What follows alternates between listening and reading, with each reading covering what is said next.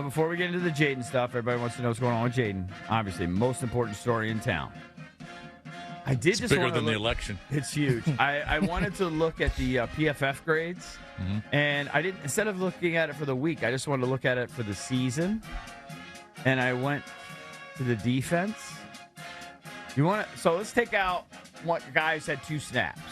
Nick Ballore, the special teams guy, I think he was from Seattle, that they brought in. Right, he's their highest rated guy for 2 snaps. That doesn't count.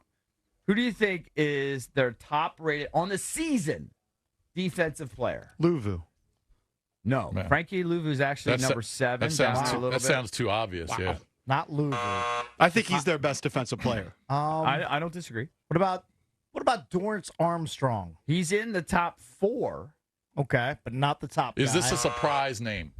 Well, Bobby Wagner is the top rated, according to PFF. Okay, right. On the season. If you take out Nick Ballore's played 2 snaps, which I would take him out. Yep. You know who's right behind him? Right behind Bobby Wagner. Don't say Jamin Davis. Jamin Davis.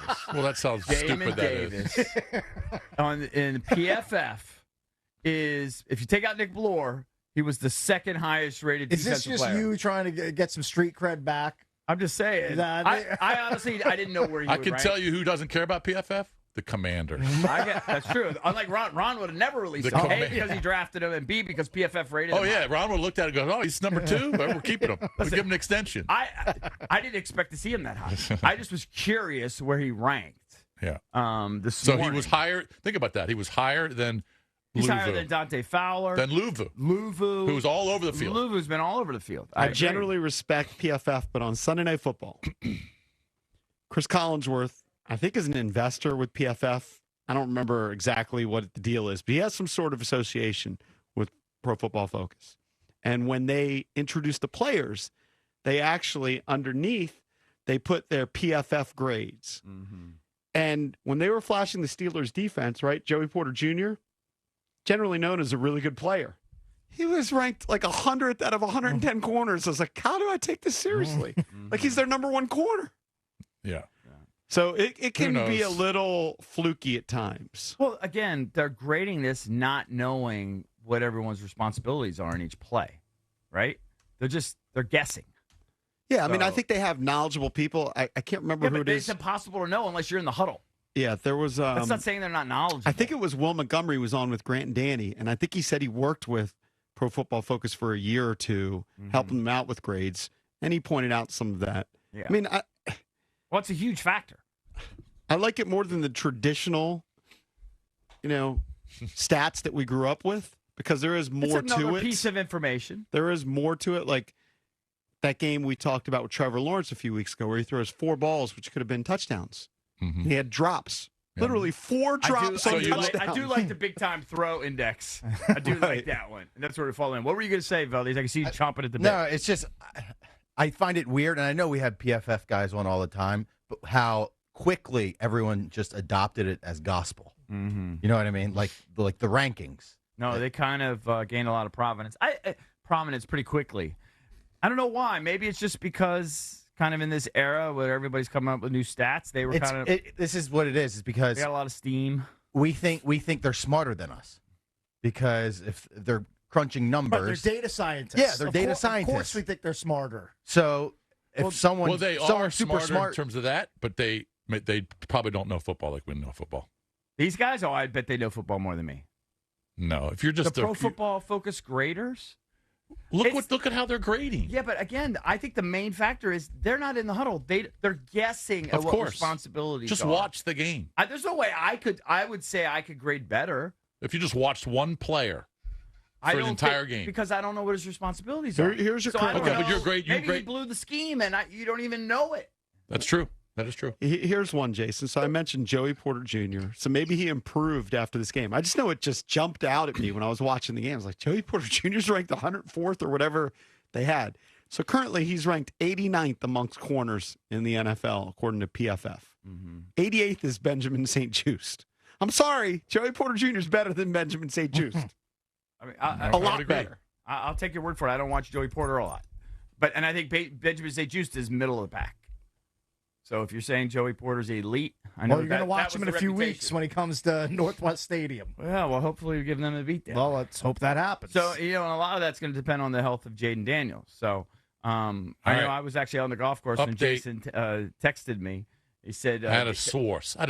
He said, well, it was out there too, but he said, yeah, Jaden didn't practice today. And I guess DQ is not going to... I don't know if you have audio. We don't have to if you don't have it about... DQ said, I guess he's not going to give another update until Friday. I'm looking at one of them. I'll look forward to giving you some updates on Friday. With Jaden, and you guys are tracking all that, so we'll give you updates when we can. And until then, let's go kick some ass. That's so weird. Quickest update ever. I mean, that's the thing. He's so positive. He is positive. That it makes me think like he's just kind of playing games here, but who knows? Now I doubt. I mean, I really did think he was going to practice yesterday. I will say I was surprised. Do you know what the path is? I can foresee this. It's Friday. Dan will say, yeah, he did everything. It's going to be a game time decision. Mm-hmm. He's going to say that on Friday. He's going to bring it right up to for sure. And then you'll know Sunday 2:30 in the afternoon. Yes, that's when we're going to know. He's going to tell. I'm willing to bet $1 with anyone that he'll say Jaden's a game time decision on Friday or a 4:25. No, I would never take that bet. But I was talking to a guy associated with the team, actually works for the team yesterday, and he said he doesn't think he's going to play. So I'm looking that actually rocked me a little bit. A new cottage industry on Twitter is Twitter NFL doctors. Now, I don't know how qualified they are. I don't know how many of them are actually medical doctors. I think, but this guy strikes me as like he's a legit doctor. Deepak Chona, he lists himself as an MD, sports meta analytics. He says he's got NFL injury updates for a bunch of guys. Here are just three. One is Deebo Samuel. He thinks that he's probably going to return in week 10 because he was in the hospital with pneumonia and just got out yesterday. Can't imagine they're going to throw him back out there. So he's saying leans slightly towards a week 10 return for Deebo. Then next he has Jaden Daniels listed. He says for his injury, average of 1 to 2 weeks sitting. He says week 8 to be determined. Data favors him to sit this upcoming weekend and return the following weekend. And I kind of buy into. I think that they're going to put him through the motions. So now you're flipping the script because you didn't believe that. I initially thought that he would play, and now I'm thinking he missed practice yesterday.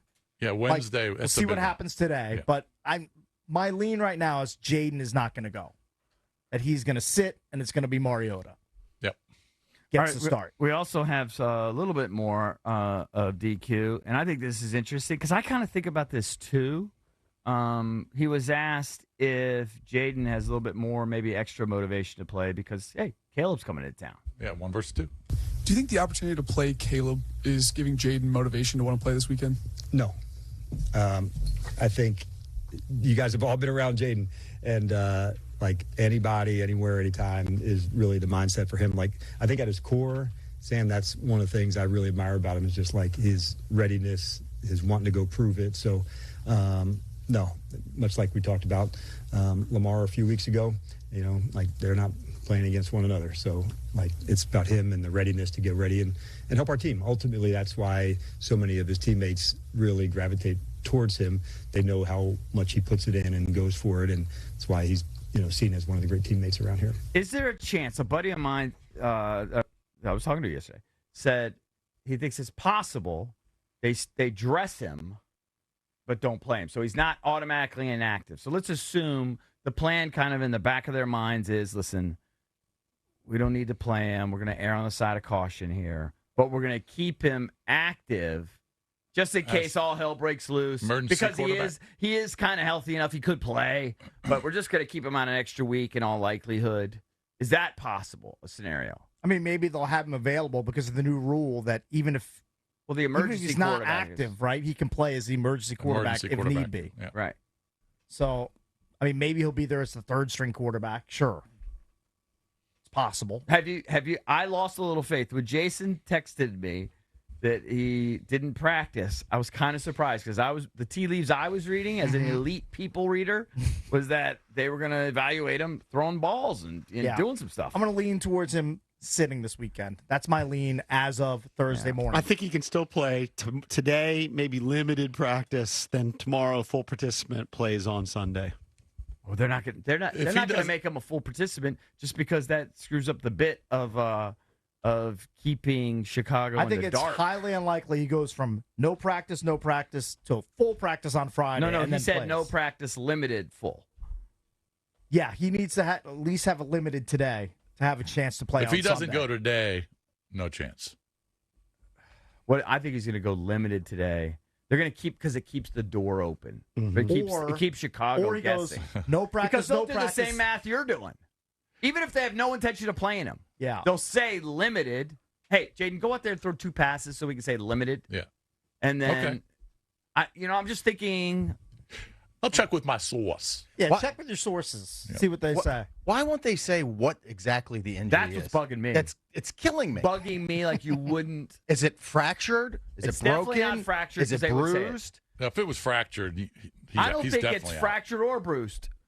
Oh, I bet it I just think it's hurts. bruised. He I just bet has it's an owie? bruised. It's got to be No, bruised. I maintain. I Now think something popped out, like his cartilage or something. They popped it back Like they in. don't they don't say It still Austin could be Eckler bruised. has an ankle. It It, might still, be it could bruised. still be bruised. Yeah. Cartilage could be I feel like bruised. they would have just said bruised. He's got bruised ribs. Everybody understands that.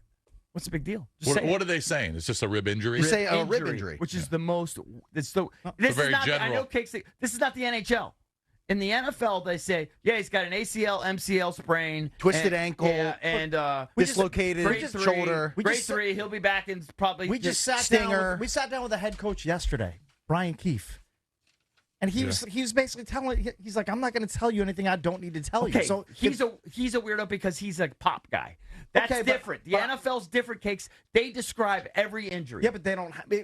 I think if Dan Quinn and Peters, they've sat down obviously and discussed this, they have probably said we're going to tell the press and everybody as little as possible. I if agree, as little but as why? possible But is why? I agree. Obviously, they have. because why? they don't want to tip their hand as to what's going on with him. Why they don't do that with everybody else? Everybody else, they say, yeah, he's going through concussion protocol. Hey, maybe he's doing this. Maybe they're not running. Makes They're no they're sense. not running their ship like everybody else. And my theory doing is their because own it's not thing. that big a deal. He's got a little rib injury. It's not that big a deal. But Yeah, they don't want yeah, everybody to know it's not that big a deal. They're not. I want telling Dan. you- I want Dan to tell us what the doctor told him. Like the doctor he's didn't not go gonna to do that. Dan. Why not? You do it It for does everybody what else. every other Because player does. The answer is simple. He's not telling anybody because he's not being forced to tell anybody. If he were forced to tell people the exact nature of the injury, he would be telling people. I'm just telling you that's not standard So protocol he's in the keeping NFL. it close to the vest. In the NFL, they say what the injury is. They do it for everybody. It's different in the NHL. I don't know about the NBA. I don't know what they're doing. But when a player has a concussion, they just say concussion protocol. That's pretty general. They don't tell you what stage he's in. Right. They just say concussion protocol. I guess that's true, but you can kind of guess the stage based on if they're out there on the field doing limited work. Yeah, I mean, if he's limited today, then obviously he's getting better.